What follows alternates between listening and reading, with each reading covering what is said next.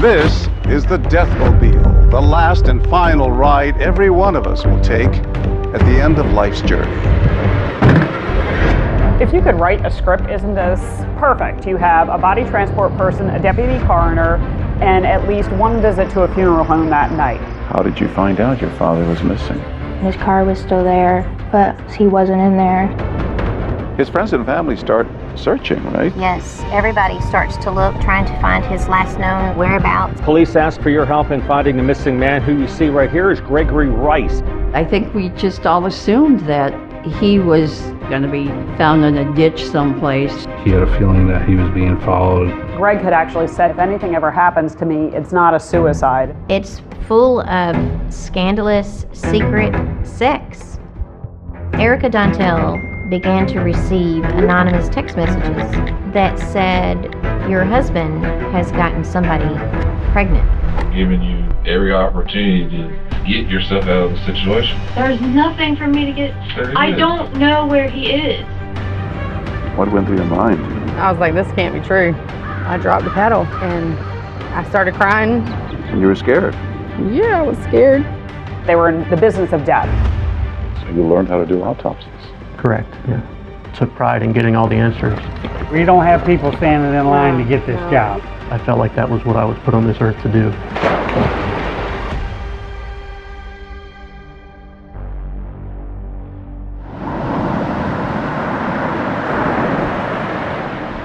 Myrtle Beach, South Carolina. Every year, these shores welcome millions of tourists. They come for the sand, the sun, the surf. But it's not always fun and games. At night, a darker, more sinister side emerges.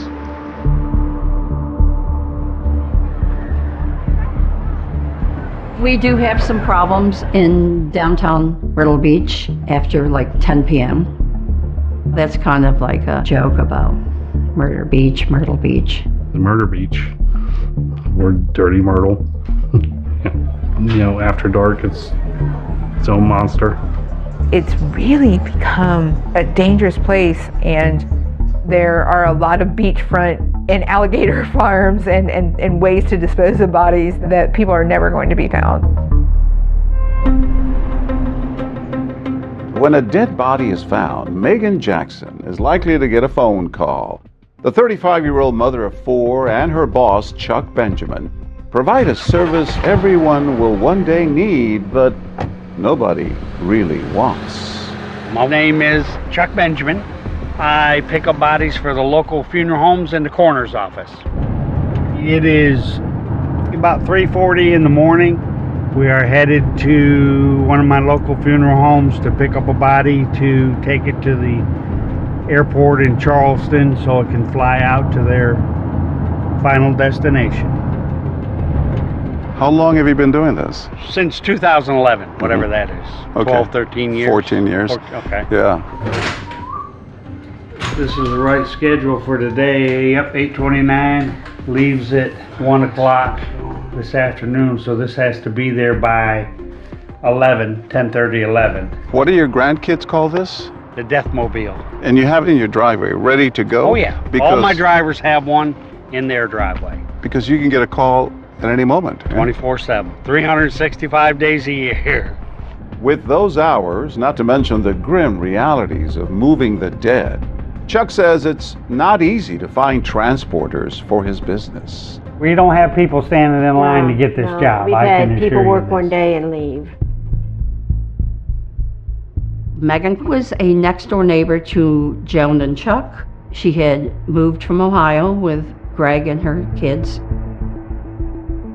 She wanted to try when I needed somebody. So I said, well, I'll take you on a few calls. If you like it, fine. If not, it's no big deal. She had an interest in science and blood and things like that. Very first call we went on was that somebody had been down for a week. It was decomposition on the 3rd floor. And I mean, she'd hold her own. She could pick up a body, which is clearly dead weight, by herself and put it on a stretcher or in a car.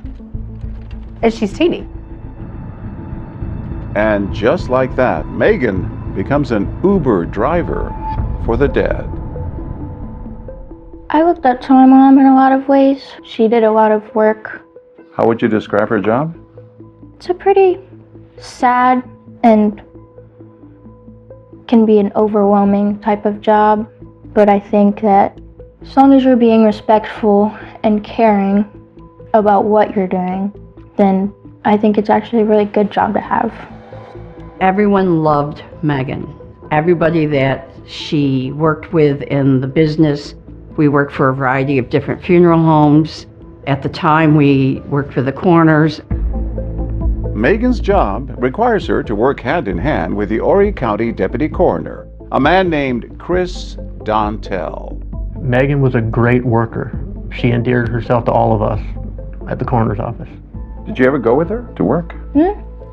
I've done quite a few calls with her, and it would be something I would actually look into doing in my future. You would think of doing the same thing. I never really bothered me as a kid because everybody passes at some point. As Megan thrives at work, her relationship with Greg Rice, the father of her children, fizzles out. After 15 years together, the couple splits up, but they share custody of their kids. Greg moved to the Arrowhead community where he lived in an apartment. Megan, who had inherited a good deal of money from her parents, purchased the home in River's Edge. On October 3rd of 2020, Megan went over to Greg Rice's home with the children. He was going to get the children for that day. There was no answer at the door. I received a phone call from Megan asking if I heard anything from Greg because he's not answering the door, he's not answering his phone. Ryan and Greg work together building patios and are best friends. Ryan tells Megan he last saw Greg when they both left work the night before. I felt it was kind of fishy, and she ended up putting in a missing persons report. Megan files the report in person at the police station. Megan, right? M-E-A? M-E-A-G-A-N. What's your last name? Jackson. How long was y'all married for? We weren't married. Weren't married. How many kids you got together? Just curious. 4. 4, really? I was with him for like 15 years. How long y'all been separated? Over a year. Over a year. Megan says she last spoke to Greg on Friday, the night before he went missing. And you talked to Greg on the phone at about 9:58, you said? Yes. And I told him that I was still good for taking the kids to your house in the morning, and he said yes. And I mean, everything was fine. That was the last time you spoke to him? Yes. So you never physically saw him Friday? No. Megan was pretty much painting the picture that Greg could have possibly overdosed, was in a ditch somewhere. What kind of drugs did he do? Like Oxy, Roxy, I can't remember what he called Did he get them. hurt or anything? Is that why he started taking them, or just No, he just started taking them? He lived right beside the Intercoastal Waterway, and she was saying he may have wandered off and drowned or just wandered off and OD'd. Police ask for your help in finding Gregory Rice.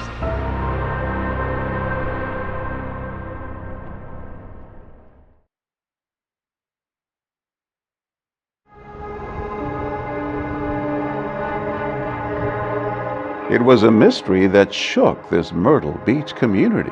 One day, 46-year-old father Greg Rice is living his life, and the next day, he disappears, seemingly without a trace. So this is where he lived, right here. Yes, his children would come visit him for scheduled visits and unscheduled visits. He wanted to see his kids often. What did you find in the apartment? So at the apartment, his wallet was found, his front keys were found, stuffed in a cushion on the front porch. His car was here, but not his phone. Is that suspicious? It is suspicious. Why? Most people would have left with their wallet. Most people would have left with their keys, or why walk down the road? Why not take the car and that kind of stuff? So yeah, that is suspicious. We set up arrangements to go to Greg's apartment and split up in teams and search his apartment and grounds around it for anything, and we didn't find anything. Investigators canvassed the Arrowhead community trying to see when he had last been seen, but none of that was really fruitful. The investigators talked to neighbors, and by all accounts, it appears that Greg Rice was a good father. He had a job, he was a hard worker. He seemed to be just an average guy. Greg had some very good friends in the community who just found him funny and caring and really enjoyed spending time with him. The children all loved him unconditionally.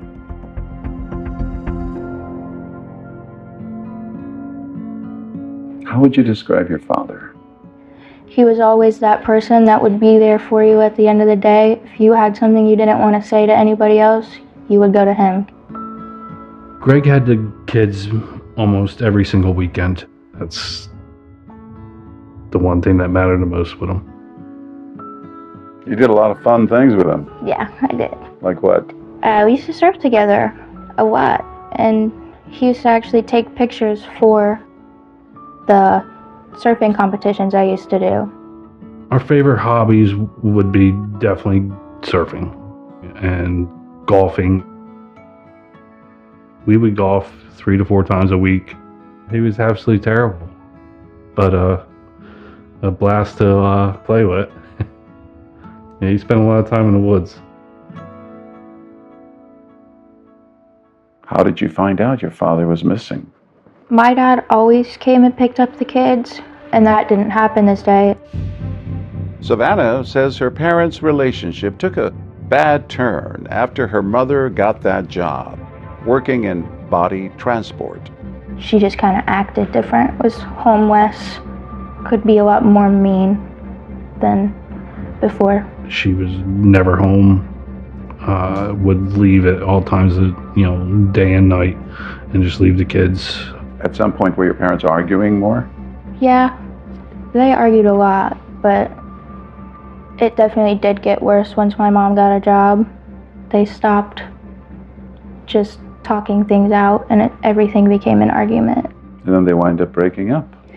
Yes. After Megan and Greg Rice part ways, Megan purchases a home in the same neighborhood as Christopher Dontel.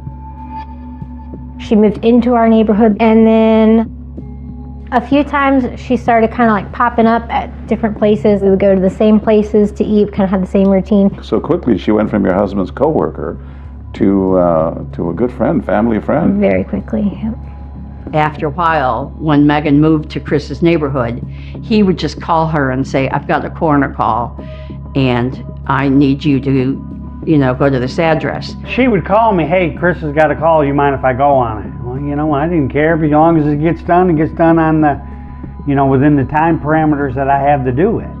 Megan and Chris are constantly in need of each other because the coroner's office needs body transport. And that would involve meeting each other all hours of the night, all days of the week. And then in 2020, Chris and Megan's workload explodes because of the COVID pandemic. The alarming surge in cases of coronavirus. Hospitalizations are up in 21 states. Funeral homes didn't want nothing to do with it. They didn't want to go on the calls, so they would call me because they didn't want nothing to do with COVID. We were doing 2,500 calls a year, and Megan volunteered, and especially she always did Chris's calls. Megan and Chris are together for work constantly, and the new neighbors' families become COVID bubble buddies during the lockdown. After Megan moved into my neighborhood, her kids and my kids virtually had an open door policy at each of our houses. Her kids would come and go from my house. We ate dinner with them several nights a week. She was showing up with groceries when everything shut down for COVID and we were struggling financially. We were expecting a little boy. Megan had a full load of brand new nursery items and baby boy items. We never asked her to do it. She just came in and was going to be the savior. And then you hear that Greg is missing. Chris came home and he was like, Megan reported Greg missing. It would all become more troublesome when police learned Greg feared for his life. Are you suspicious about anybody? He was always worried about driving and being followed.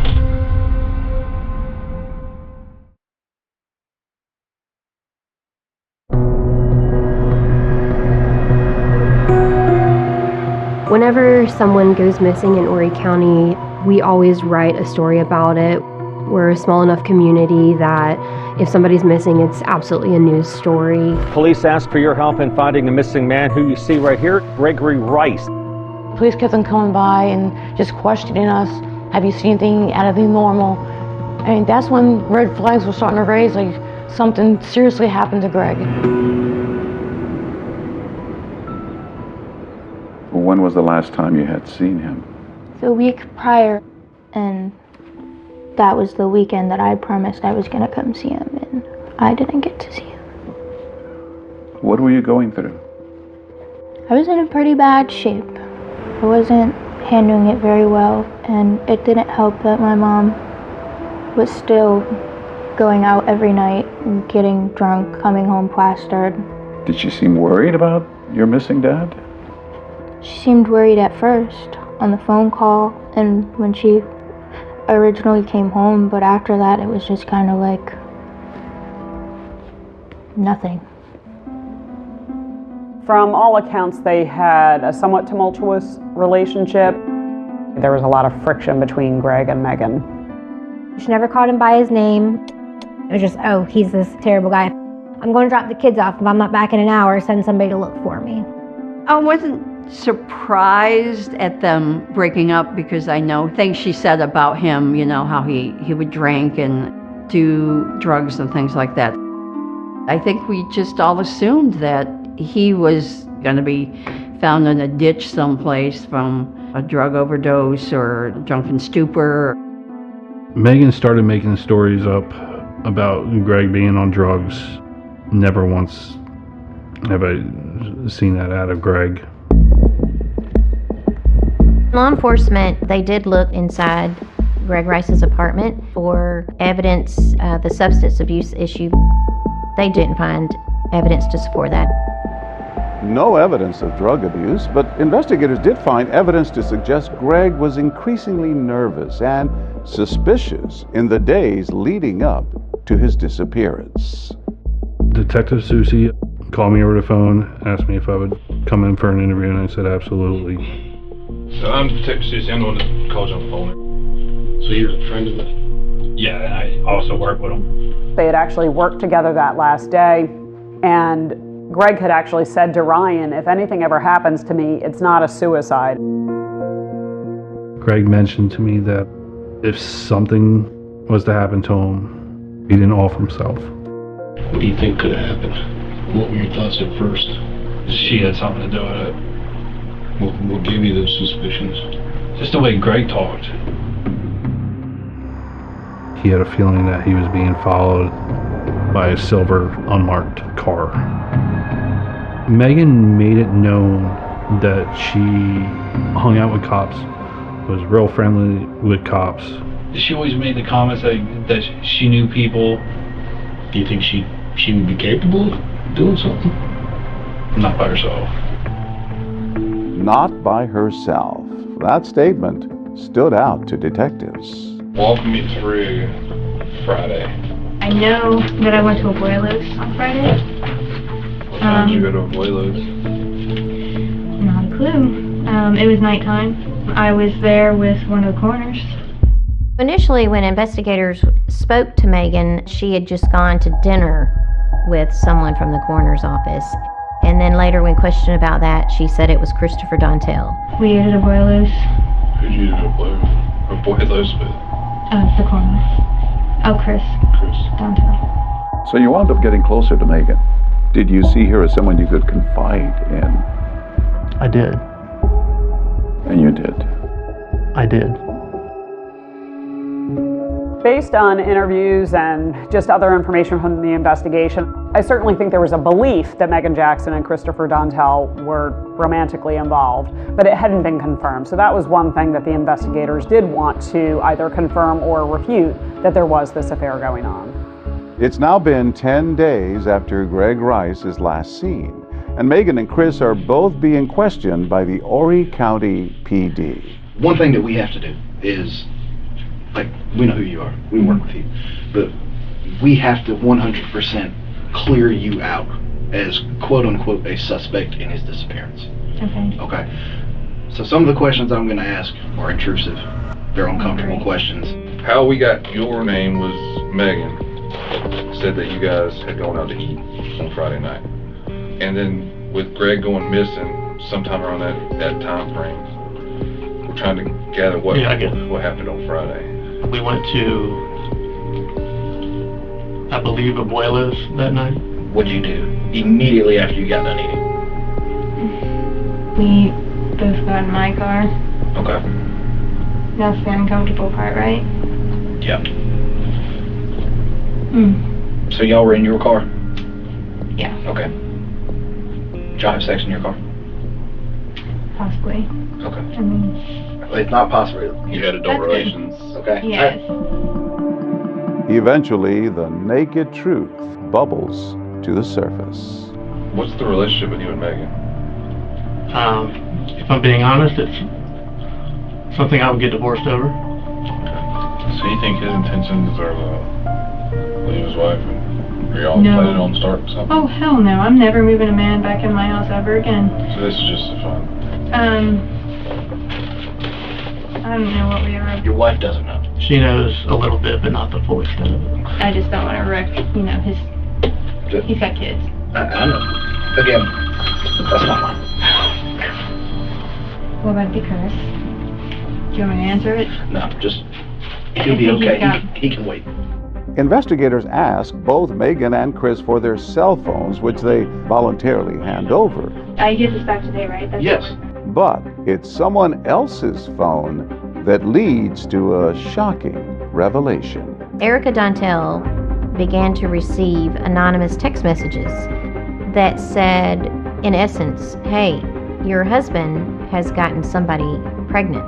It must have been a hard pill to swallow that your husband had impregnated this family friend.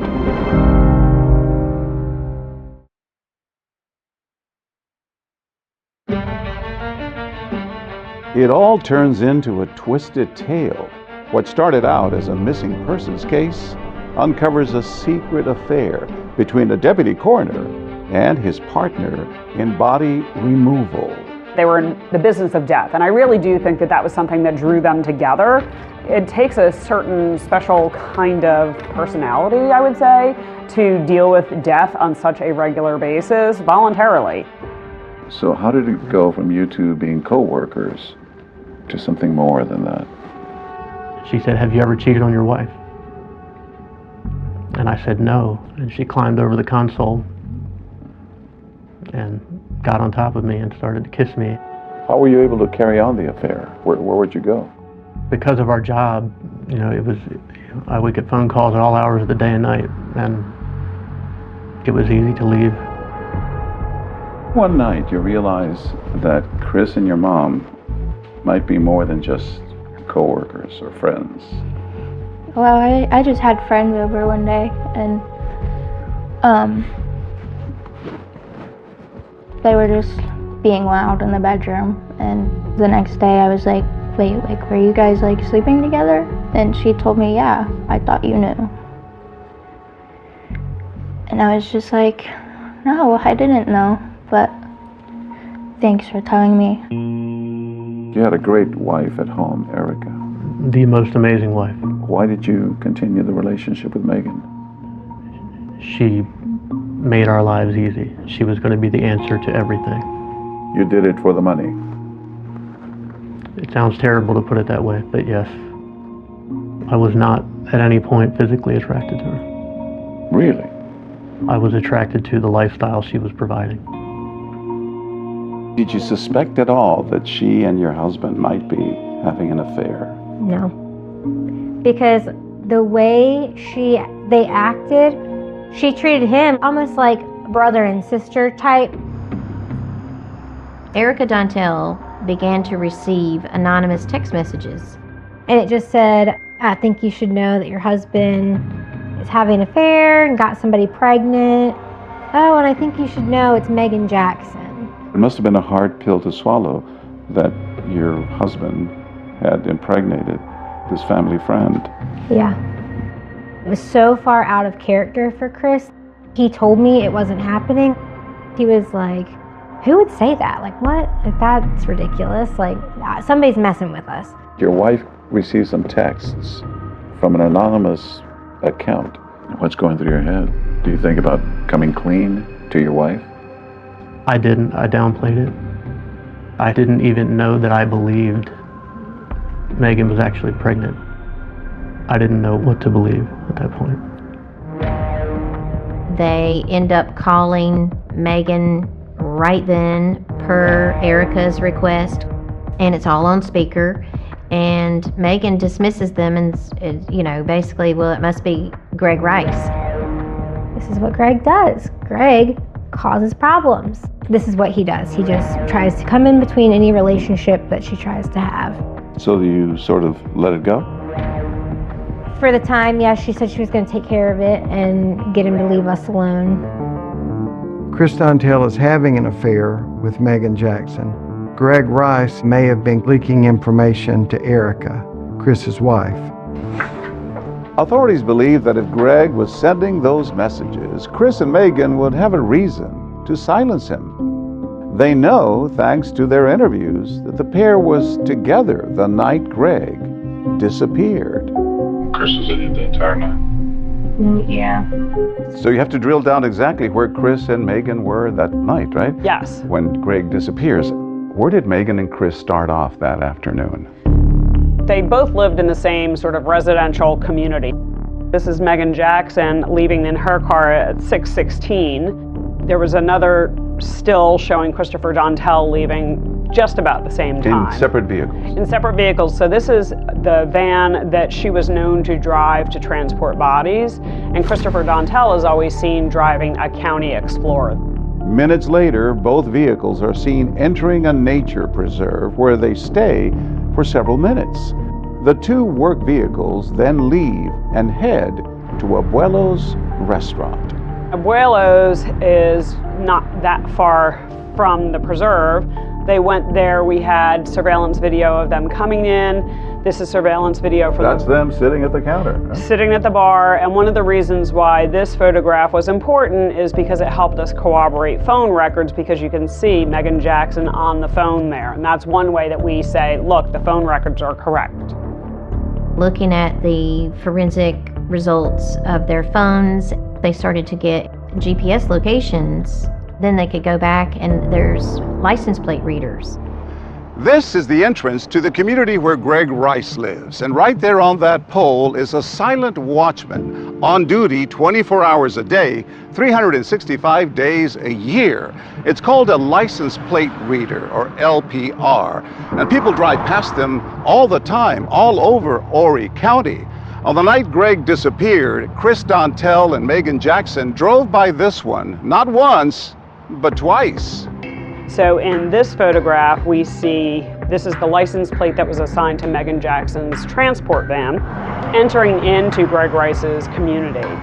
This was right around 10 o'clock, and then just about 6 minutes later, you see the same van with the same license plate leaving the community. And one of the things that this helped us with is that Megan Jackson swore up and down, Christopher Dontel swore up and down, that they had never been to that community. Did you ever go to his apartment that Friday night?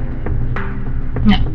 Had you ever been to Greg's apartment? No. I never went. I've never been to. So this was clear evidence that they were hiding something. On the night of October 2nd of 2020, Greg Rice's phone records indicate that he was at home most of that night until he got 2 calls from Megan Jackson, and that was just shortly before 10 o'clock.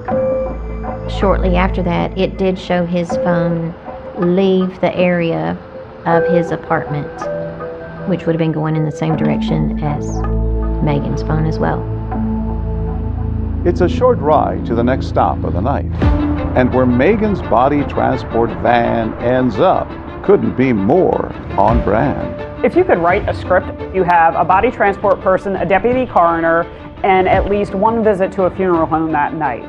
It's the business of death.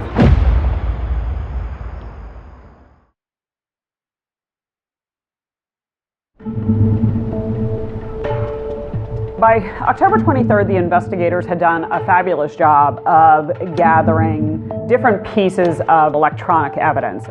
Investigators say Megan's body transport van is seen leaving Greg's community the night he disappears.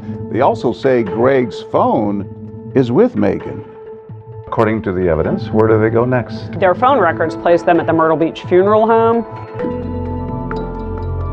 Chris and Megan have access to that funeral home because of their jobs, right? Yes, just based on his position as a deputy coroner and hers as a body transport person, they pretty much had free access to funeral homes. What about surveillance video from the funeral home? That would have been wonderful, but life is rarely that easy. It wasn't working. The cameras at the funeral home weren't working. They were not working. Megan and Chris are racking up the frequent flyer miles in interrogation rooms. Now the regulars are back in the hot seat. They knew that her van had driven into Greg's community, and that's certainly information that they used in their interviews. Did you ever go to Greg's house? No. Then can you explain why the van you were driving that night hits on a license plate reader going into Arrowhead? Well, it shouldn't have. I have pictures of it. I mean, that's fine, but it shouldn't have.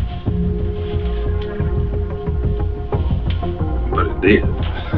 Okay, but I can't explain it. Because You were driving the van. Well, I can't explain it. You and Megan were together the whole night. Megan's van drives into Arrowhead at 10 o'clock that night. We could have been by Arrowhead. Do you remember anywhere you would have gone? And I'll be totally honest with you, because I'm sure you know already, she's giving me a while I was driving the car. Dontel used this sort of oral sex while driving as his reason for not being able to tell exactly where they went and when they went. I tell you about pulling into Arrowhead. You say, oh, I don't remember that. I don't know about that. All I can tell you is that I don't have anything to do with Greg being missing. So all I am guilty of being You know who has the motive? It's Chris. He has a lot to lose. He's got the motive. And I think you're covering up something up for him. I'm not. And we're giving you every opportunity to get yourself out of the situation. There's nothing for me to get. There I is. don't know where he is. I feel like I'm being investigated for something that I didn't do. Chris, you are being investigated. You are. Absolutely, 1,000%. I hope it's worth it, Megan. I really do. I don't have anything to charge you with. But there's no doubt. I didn't do anything. Well, Chris, I'm going to tell you this. If someone asked me to put a bet on it, I would say that you did. Without more direct evidence, police let Megan and Chris go. Meanwhile, the search for Greg continues, retracing Chris and Megan's steps. Maybe that body has been cremated. Let's go check the gas and see if an amount of gas was used that would have represented the burning of a body. And there was nothing to see there. No extra gas had been used.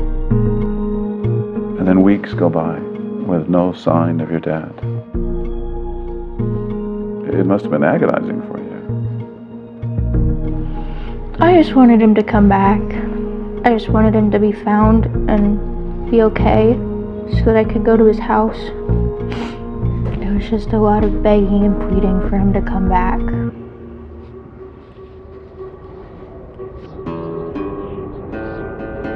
This is the Little PD River, miles of slow-moving water surrounded by natural wildlife. And that makes it a very popular recreational spot for swimming, canoeing, and catfishing. For Donna Sue Souls, it's the relaxation and family tradition of catfishing that has brought her here for decades. You said you call this your happy place. Yes. Why? It's just peaceful. It takes all my worries away. And then, 37 days after Greg Rice's disappearance, a discovery. So November 7th, 2020, how did that day start out? Well, we come and set up. We set about 8 hooks that night. And then when we turn around and come back through, then that's when, I mean, you could smell the smell. All right, tell me about the smelling. It was really bad. It was horrible. On a closer look, what do you see? Yeah, well, it looked like the tarp was just laid up there. And then once you got the paddle and we lifted it, that's when we seen the ratchet straps tied around the bottom parts of the legs. It was like around both and then around the head on the other side. What went through your mind? Well, I dropped the paddle. It scared me, and I started crying. I was like, this can't be true. And you were scared? Yeah, I was scared.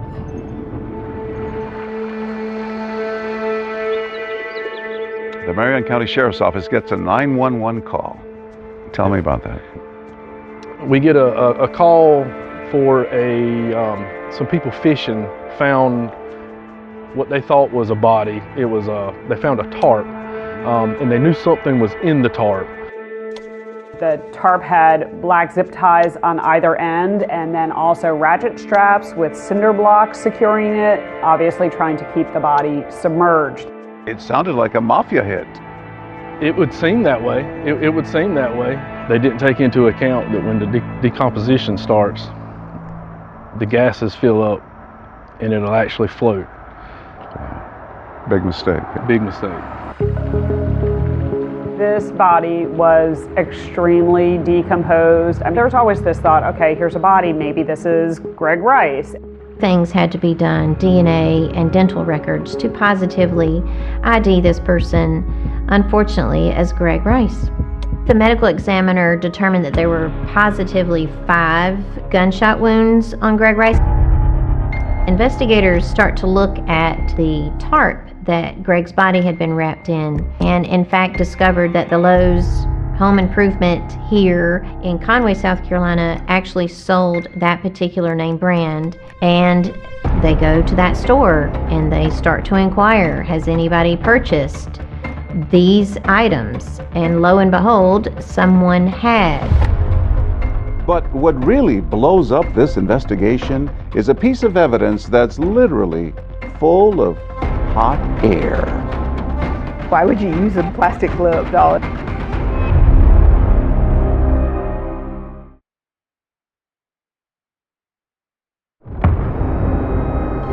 Sex and scandal and then murder. Let me ask you, have you seen anything like this? This is a new one for me. Yeah. What am I under arrest for right now that I'm being murdered? Murder. It just was like, oh my gosh. You've transported hundreds of bodies in your life, and now here you are involved in a real-life murder. Has Megan ever told you that she killed Greg? Asked her how she knows he's dead. She said, why? Doesn't matter. And I asked her, what do you mean? And she just wouldn't say anything. They both claim to be not really knowing how Greg was killed. This was a high-profile case with a lot of twists and turns. They had a blow-up doll? There was a blow-up Betty doll in the front passenger seat. My mom could be an evil woman. She had threatened to kill me.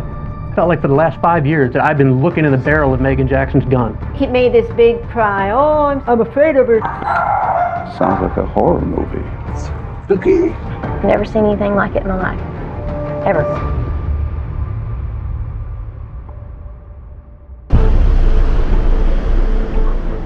Weeks go by with no sign of your dad.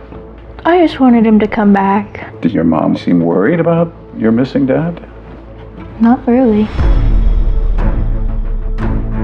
The former partner of Megan Jackson is now missing, and we've got the idea that there's this affair going on. I mean, it's scandalous. Somebody from the coroner's office and somebody from a body transport having an affair.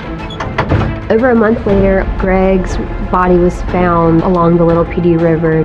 Once Greg's remains were recovered, there were very specific items found used to wrap his body. Ding, ding, ding! How did detectives wind up at this store? They wound up at this store because after the murder of Greg Rice, they found Greg Rice's body and he was wrapped in a tarp. And investigators later looked that tarp up and it happened to be a name brand that was sold here. And so they did a follow-up on that to see if there was a tarp sold anytime recently. Police are able to get a receipt from Lowe's for a tarp, cinder block, zip ties, and a diet soda. And that's not all. As most of us know, in stores like these, there are security cameras everywhere. When you go back to October 3rd, the video surveillance showed the person buying those items, and that person was Christopher Dontel. He's very relaxed. He's very well dressed in the video. He's wearing khaki pants and some nice shoes. He buys a Pepsi Zero. He's just nonchalantly pushing his cart with his murder dump kit through the line at Lowe's. But now you know, without a shadow of a doubt, that he is involved. He bought all of these things that are used. There's more work to be done, but we were certainly on the right path. As you drive out to the Little PD River, you pass the PD Exchange, just a little gas station convenience store. And you can actually see what we know is Christopher Dontel's vehicle driving past it one way and then returning the other way. And that, coupled with LPR hits for Dontel's county vehicle, really kind of cemented the fact that Christopher Dontel had driven Greg's body out there. Convinced that the coroner did a lot more than just sign a death certificate, investigators rush over to the Dontel home. Hey, Eric. How are you? My name's Greg. Is Chris home? Yes. Hey, Chris. But he was just sleeping in bed, sound asleep, not a care in the world. His wife and children, it's probably better than to just come on and talk. Over the past month, Chris has not provided detectives with much. So Chris, I know you got some questions and probably some things to say. I mean, I like to have my lawyer present. But in this case, a picture is worth 1,000 words. Chris, I'm not going to ask you any questions. What I do want to do, though, is I'll leave these here with you. Let's do shopping at Lowe's. There's the body you threw over the bridge. Take this on because, well, you understand, you're not leaving the building today. You're going to be going to county jail here shortly. Okay? What am I under arrest for right now that I'm Murder. Murder. At what point can I speak with my lawyer? At the same time, Megan Jackson is taken in. Well, all I want is okay? I don't have anything else to tell you other than what I told you. Well, I can tell you that's not. Nobody here thinks you're a bad person. Nobody thinks anything could happen to Greg. You have no motive to kill Greg. But Chris does. So, the night of the second, you guys were together all night long? Everything that I remember, yes. Okay, so I know you weren't with him on the 3rd between 2:30 and 3 because he called you. But I know where Chris was between 2:30 and 3 on that Saturday. We were at a call. No, you weren't. The detectives then confront Megan with some very powerful images. So you mean show you where Chris was at 2:55 on Saturday?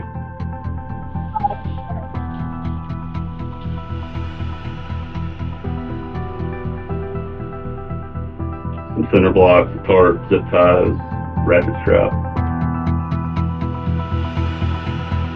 I'm going to show you where I was this past Saturday.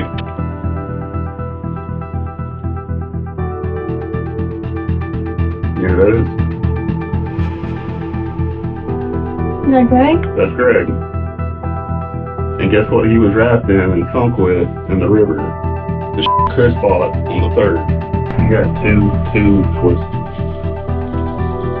Explain to us what happened. It looked like the horrible person who killed their father. got two choices. You know what happened that night. Yes, you do, Meg. At that point, they had enough probable cause and they were able to make those arrests. Chris, stand up, turn around. All right, Chris, murder Greg Rice, all right? I'll see you. And after your father's body is found, the police come to your house. They told us that my dad was found and my mom and Chris would be being charged. That must have been so hard for you to lose your father and then to find out that your mother might be involved. Yeah, it was a lot. Because I just never believed that my mom could do something like that.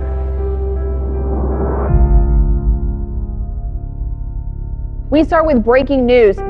2 people have been charged with the murder of a missing man. Police say Dontel and Megan Jackson are connected to Rice's death. Both are charged with murder. And I was like, oh my gosh, what the heck? I had no idea.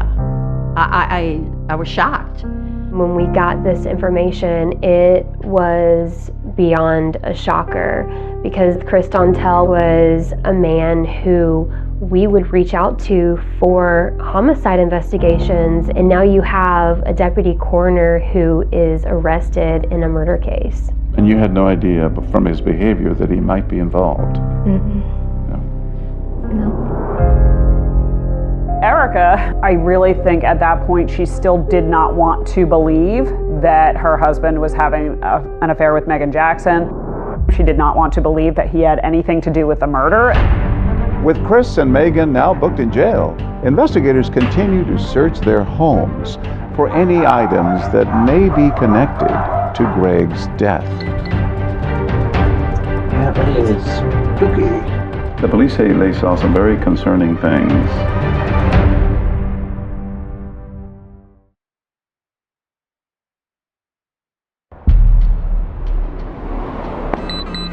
The power button's to the top right. This is us.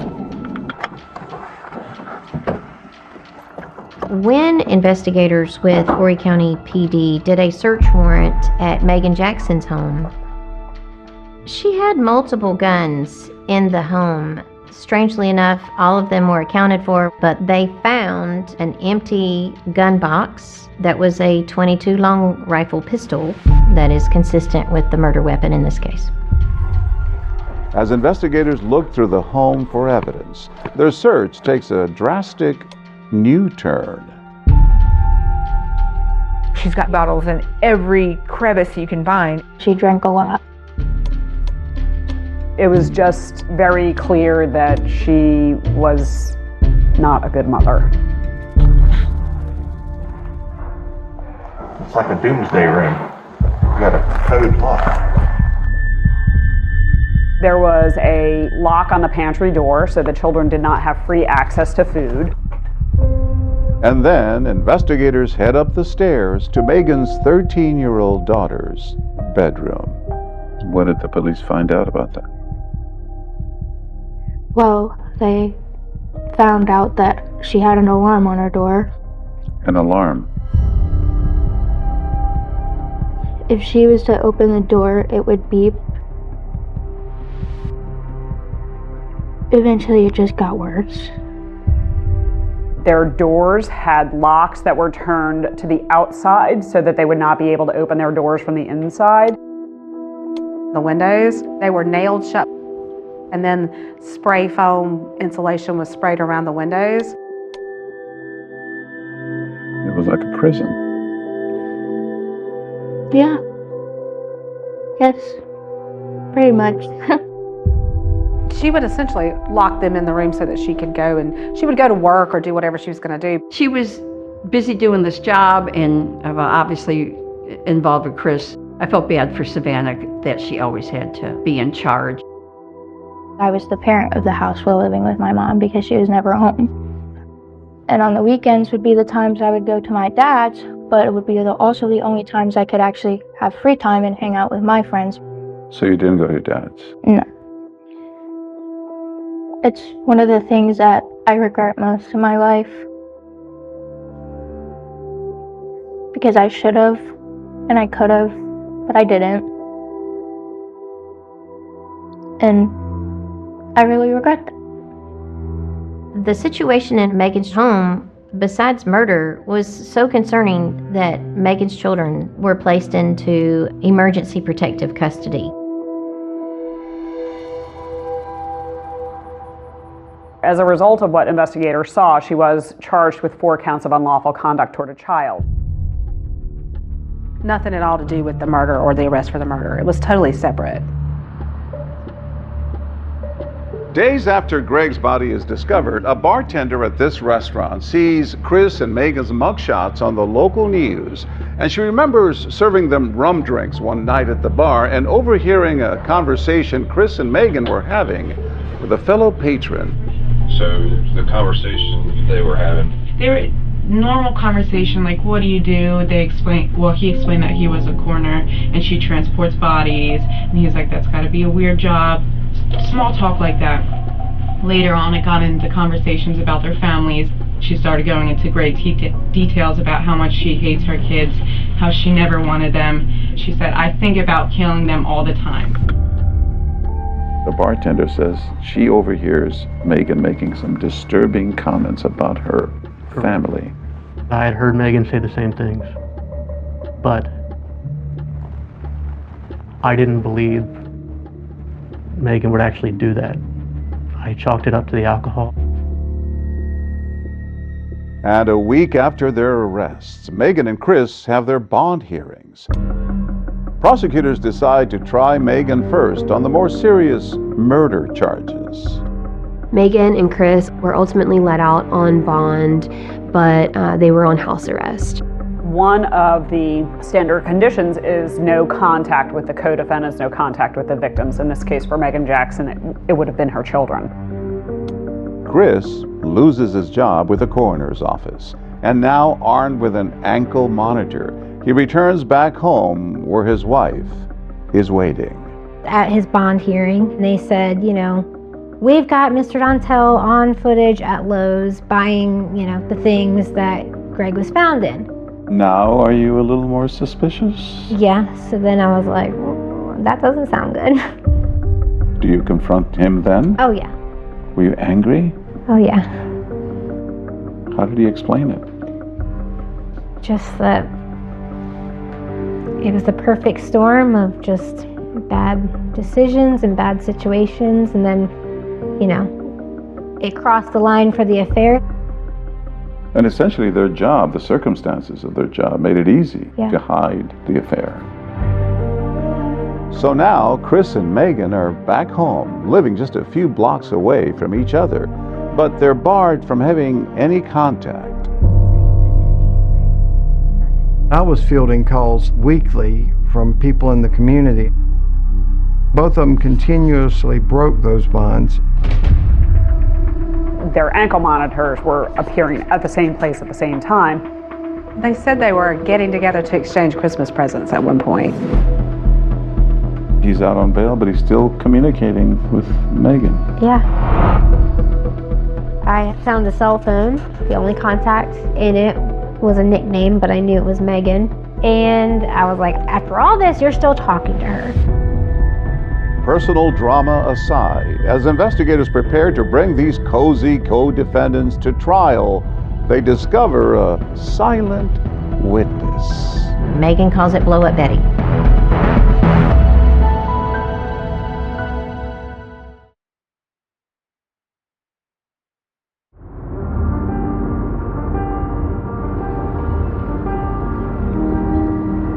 Let me ask you, have you seen anything like this? Not with a coroner and body transport people. No, this is a new one for me. So I get involved as an investigator here at the solicitor's office after their arrest. And we start looking at the evidence we have, clearing things up, and making a timeline a little more crispy. Where are we driving into now? We're in Lewis Ocean Bay Heritage Preserve. It's a recreational area. Hours before Greg Rice went missing, Megan and Chris drive into the preserve. They had them on camera going in and out of that area.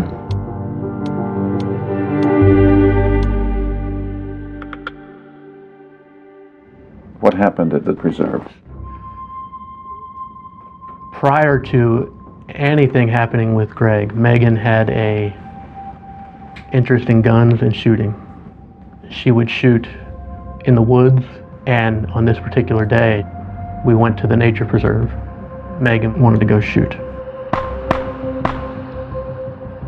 What was she shooting at? She would shoot at everything from tree stumps to pieces of paper that she would fold up, just random things. So there's a still image on a license plate reader that you can see Megan leaving with this object in the front passenger seat of her vehicle. It was revealed that it was a blow-up doll, and the doll had a name, Blow Up Betty. Betty? What was it used for? At the moment, we don't know. Your guess? My guess is for target practice on this day. So Blow Up Betty is no more. I would surmise she probably isn't. Was there a blow-up doll involved in all this? Not that is relevant to the case. Megan was a unique individual, and you don't know why? No, that was just one of many eccentricities about her.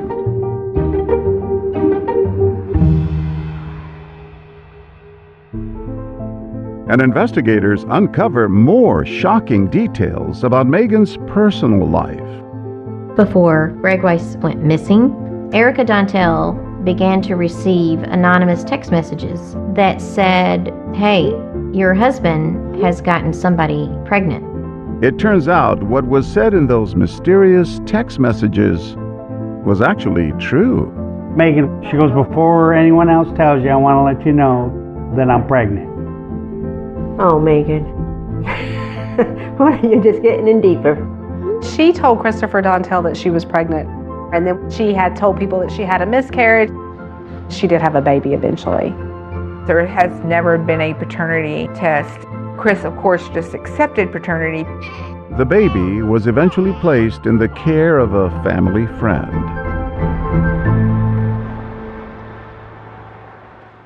Our office is no stranger to really high-profile cases throughout the state. And this was a high-profile case with a lot of twists and turns. This was an incredibly circumstantial evidence case against both of them. The problem was what they were missing and what they didn't know. Because of the lack of physical evidence, the lack of a crime scene, one of the things that as prosecutors we always knew we needed was for one of these co-defendants to tell us what happened, to testify against the other one.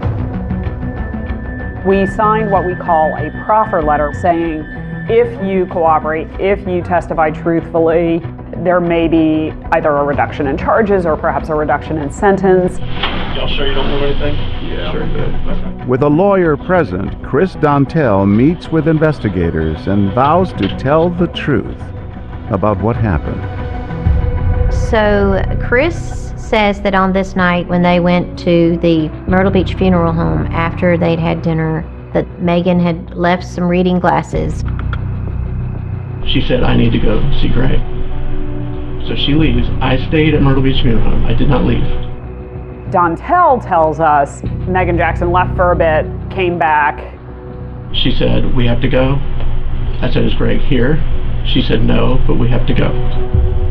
She was shaking. I never saw Greg that night. We left. And the next day it's like, you have to go get rid of the body. I asked her how she knows he's dead. She said, "Why?" Because of Matt. Has Megan ever told you that she killed Greg? I've asked her so many times because I wanted answers myself, because I've had to answer to this, and my life's been ruined because of this. He was not really knowing how Greg was killed or when he was killed. Prosecutors don't believe Chris is telling the truth.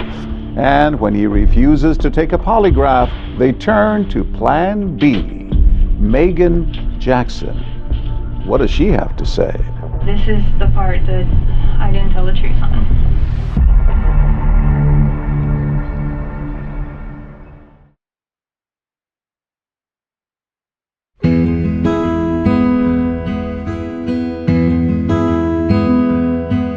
Chris had a favorite song, a Keith Urban song. Only You Can Love Me This Way. 'Cause only you can love me this way. One night that Chris asked me to be his girlfriend, it was at the Keith Urban concert, and that song was playing. 'Cause only you can love me this way. You still hear that song? Still listen to it? Yeah. Chris Dontel has been in jail for violating the terms of his bond on numerous occasions for having contact with Megan Jackson. I remember that. But his wife Erica has continued to stick by his side. So this is a photo from Charlie's preschool graduation, and that was our last family photo all together before his bond was revoked. So just how little they were. I mean, I feel like they're different people now. They're so big. And the children, do they know that something's not right in the house? Yeah, they do not know where he is or the situation. You were trying to protect your kid. And I never thought that he'd be gone as long as he has been gone.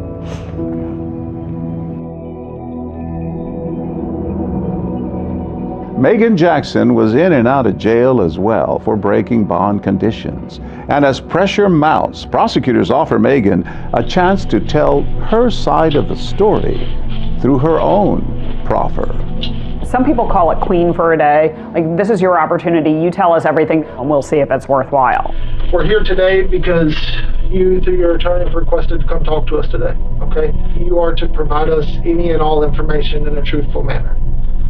Should I start from the beginning?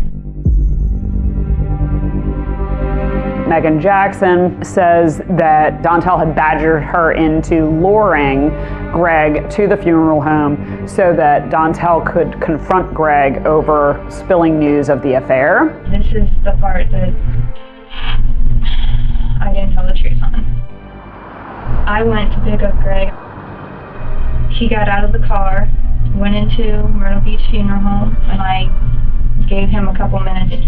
As I got out of the car, Chris started coming out the door. And then I said, well, where's Greg? And he said he wouldn't talk to me. He went out the front. She says that when she brings Greg back to the funeral home, she just sort of sends him in on his own and then never sees him again. That Dontel told her he had simply walked off in anger, and that was it. When did you learn that Greg was dead? After you showed me the body. So Chris never told you? Not until several weeks after. They both claim to be not really knowing how Greg was killed or when he was killed. They're both saying, I didn't have anything to do with it, but there's enough that maybe you should think the other person did it. Did you shoot Greg Rice? No. Were you present when Greg Rice was killed? No. Part of your agreement that you have is that you're consenting to a polygraph? Mm-hmm. What this case, I think, eventually just turned into is finger pointing, and, you know, she failed the polygraph. We were trying to get one of the defendants to testify against the other. We met with Megan Jackson, and it never got to the point where we believed we could ethically put her on the stand. We are putting up someone who is going to lie. And we said, okay, well, we listed them both for trial. A judge decided that the two trials had to be split. Megan Jackson's attorneys got a continuance, so we said, fine, we'll go forward with Christopher Dontel.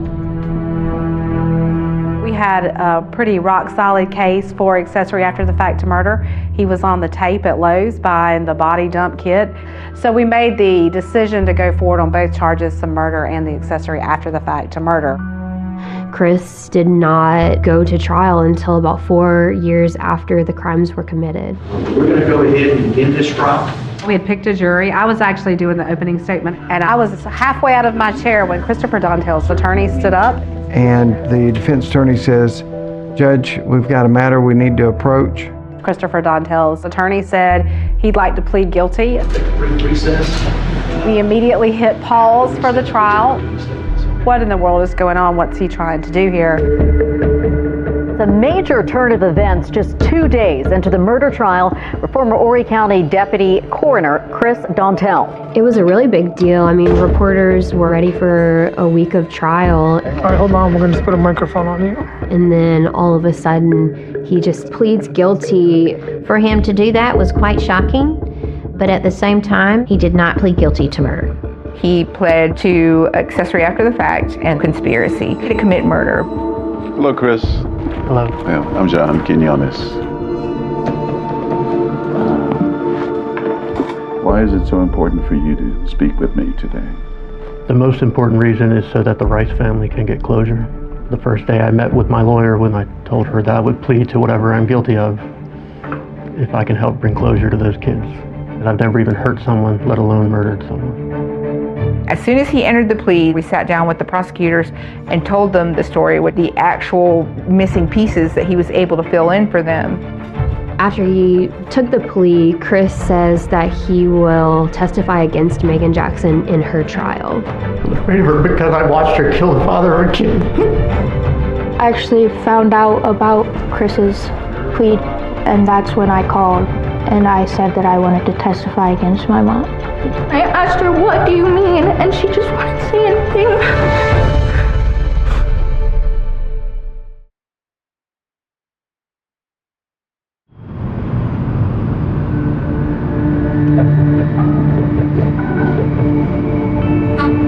June 2025. All eyes are now on the Horry County Courthouse, where Megan Jackson's trial begins 5 years after the murder of the father of her children, Greg Rice. This case was a big deal. There was a lot of media buzz. A trial is currently underway for a woman charged in the 2020 murder of a 46-year-old man. Mary Ellen Walter and Lee Waller are the prosecutors in the case. Mary Ellen is known to be a bulldog trial attorney. I don't see how it's not relevant, quite frankly. And Lee is also a very hardworking prosecutor. It's the story of an affair, a pregnancy, and a murder. There's one person at the center of everything, and that person is Megan Jackson. She may look meek and mild, but she is a master manipulator. She was literally in the business of death. Megan Jackson was represented by the Britton family, Tommy Britton, the father, and then Case and Preston Britton, his sons. I'd like to see a murder weapon. Don't have it. Don't have any eyewitness testimony. I don't have any of that direct evidence. The stuff that a murder case should have. The very first witness for the prosecution, Megan Jackson's own teenaged daughter, Savannah Rice.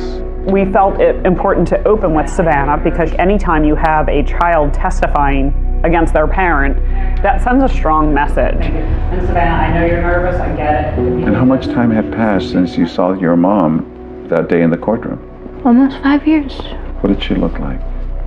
She just looked hollow, and just having her sit in front of me, it made me uneasy. She had come home drunk one night, and I was in the kitchen, and my sister she wasn't behaving, and I told my mom, and she started screaming, and my sister was upstairs, but then she looked at me, and she said, I hope what happened to your dad happens to your sister. And I asked her, what do you mean? And she just wouldn't say anything. What would drive a mom to say that about a daughter? My mom could be an evil woman. This is your mother. And then the prosecution's star witness, The truth, the whole truth, and nothing but the truth, so you got? Chris Dontel, takes the stand to tell the jury his version of what happened that night. I drove her van. We drove toward Greg's apartment. I saw Greg on the road walking. I pulled up a few feet, stopped, and she opened the door, and in one motion, spun out of the seat, pulled a gun out, and shot him over and over. I didn't see it coming. Neither did he. We picked him up out of the road and put him onto the stretcher that was in the back of her van. You've transported hundreds of bodies in your life, and now here you are involved in a real-life murder. Correct. And you drove to the funeral home as if this was just another corpse. Yeah.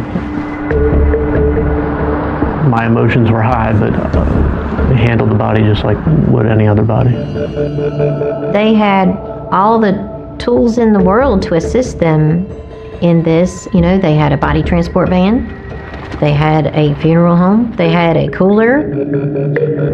I made a cremation container and I put it into the cooler and pushed the stretcher up next to it and started to push Greg in. I went to Lowe's sometime during the day. Did you realize there were security cameras there?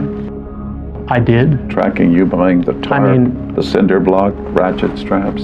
Yeah, you gotta remember, this is not something that I've ever been involved with. I had no plan.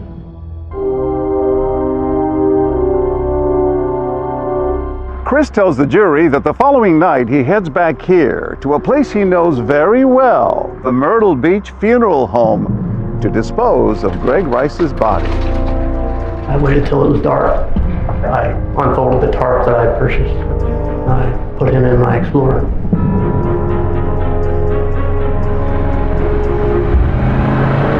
I started out toward the river. I went back to the middle of the bridge, popped the back gate of the Explorer. Took about 10 seconds, put him in the water.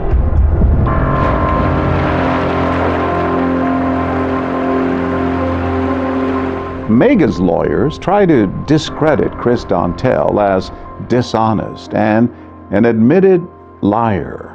You have lied to the police throughout this process. Correct. So what stopped you from going to one of your acquaintances and telling them what happened? The fact that your client told me that if I did that, she would kill me, and I had watched her kill the father of her kids, so I believed her. You were still having sex with Megan Jackson afterwards? Correct, for a period, yes. Okay. You could have said what happened and you didn't. That family suffered for more than 4 years. She had threatened to kill me. But after she was jailed, she couldn't kill you. She kept getting out on bond. I felt like for the last 5 years that I've been looking in the barrel of Megan Jackson's gun.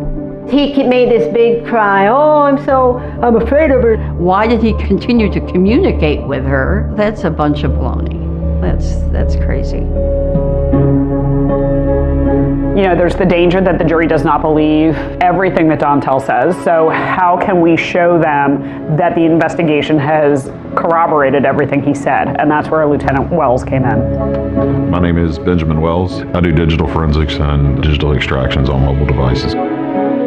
Erica learns in a really shocking way that her husband is having an affair through anonymous text messages.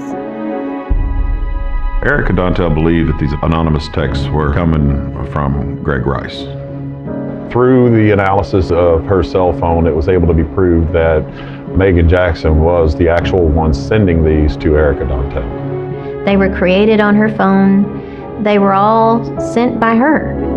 That was the aha moment, like, wow, she really is trying to, frame Greg, and this is it. Why would she tell you that she's pregnant by your husband? I think she thought, oh, I'll tell you this, you'll leave him, and then she'd have him. And then that didn't work because I stayed. When it's the defense's turn, they call no witnesses. Instead, Megan's lawyers point the finger directly at Chris Dontel in closing arguments. The only person that actually has a motive to get rid of Greg Rice is Chris Dontel. And can you trust him? Two fates will be sealed. as to the charge of murder with the jury. And a young woman confronts the demons We will never be able to live a normal life. of her past. Is there anything you would want to tell your mother?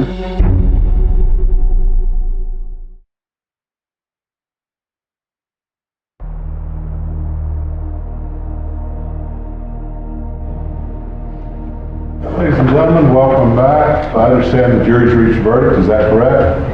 Every time a jury deliberates, you wonder how long it's going to take, but I don't think they deliberated that long on this case, truly. As to the charge of murder, with the jury, by unanimous consent, find this defendant guilty.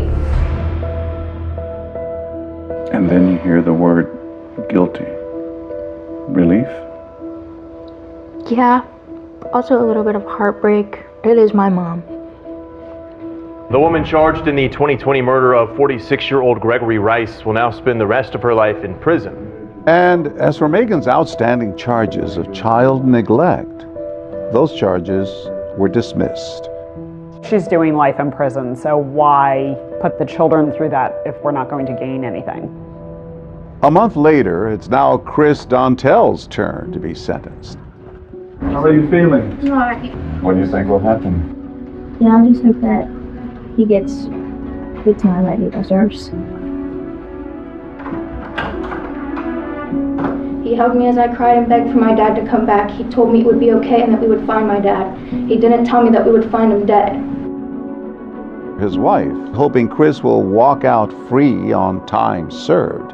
Megan Jackson infiltrated all areas of our lives and became the literal antichrist to our family. To simply keep saying I'm sorry just doesn't feel right. And I don't know that I can effectively articulate the depth of the combination of love, pain, regret, and compassion I feel for those kids and for everyone who loved Greg. Christopher Dontel ended up being sentenced to 15 years for accessory after the fact and another 5 years for conspiracy, and for those to run consecutive. Your reaction to what happened in court? Obviously, I'm not happy about it. I was sentenced to the maximum. If you could talk to Megan, what would you say to her? I have nothing to say to her. There's a lot of victims in this case. Gregory Rice and his family. My family. And you? I believe so. With that 20-year sentence, Chris's wife, Erica, needs to have a long-delayed conversation with her 2 young children. They thought that he was away for work, and so I told them that he was in fact in jail. That's where he had been, and then just kind of explained the story the best I could. I spoke with Megan on the phone, and she told me that she did not shoot Greg Rice, the father of her children. She denies those child abuse allegations, saying that she loves her children very much. And in a letter to 2020, Megan writes, Chris Dontel is a liar. What he said on the stand is a lie. Is there anything you would want to tell your mother? Or ask your mom? I just want her to tell me why she did what she did. And to tell her that I hate her, because... That's a strong word, hate. Yeah, I hate that woman.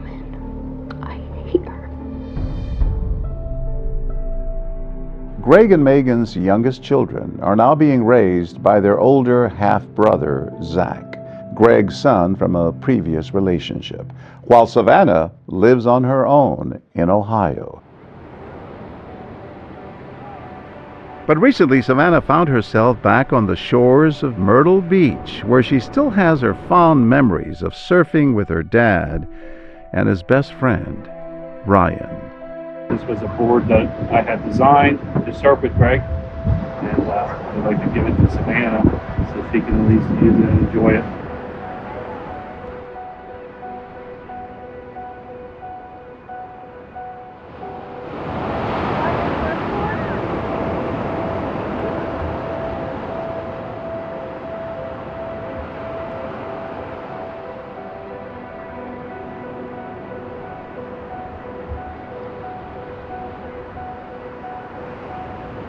Your dad, What would you tell him?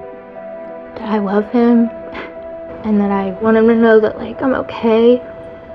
There was a point in time living in that house where I thought I was never going to get out. No matter how hard and horrible your environment can be, you can always make it out, and you can turn your life around and be the person that you want to be. I think he would be very proud of you.